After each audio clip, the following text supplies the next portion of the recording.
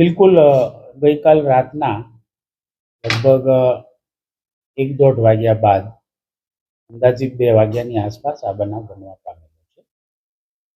ફરિયાદીના ભાઈ અક્ષયભાઈ જે મરણ ગયેલા છે અને મારનાર જે આરોપી છે એનું નામ છે દેવેન્દ્ર સુરેશભાઈ સોલંકી.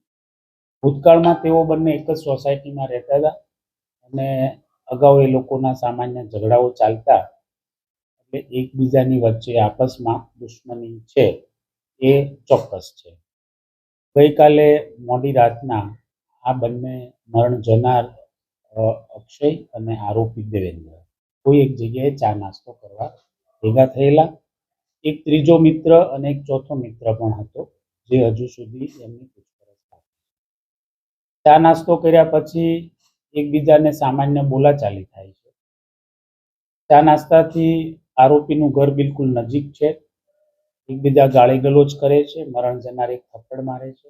ઘરે પહોંચી આ આરોપી એક ખંજર લાવી અને બિલકુલ છાતીના ભાગે જોરદાર ઊંડો ઘા મારે છે અને આ અક્ષયભાઈ સ્થળ પર મરણ પામે છે.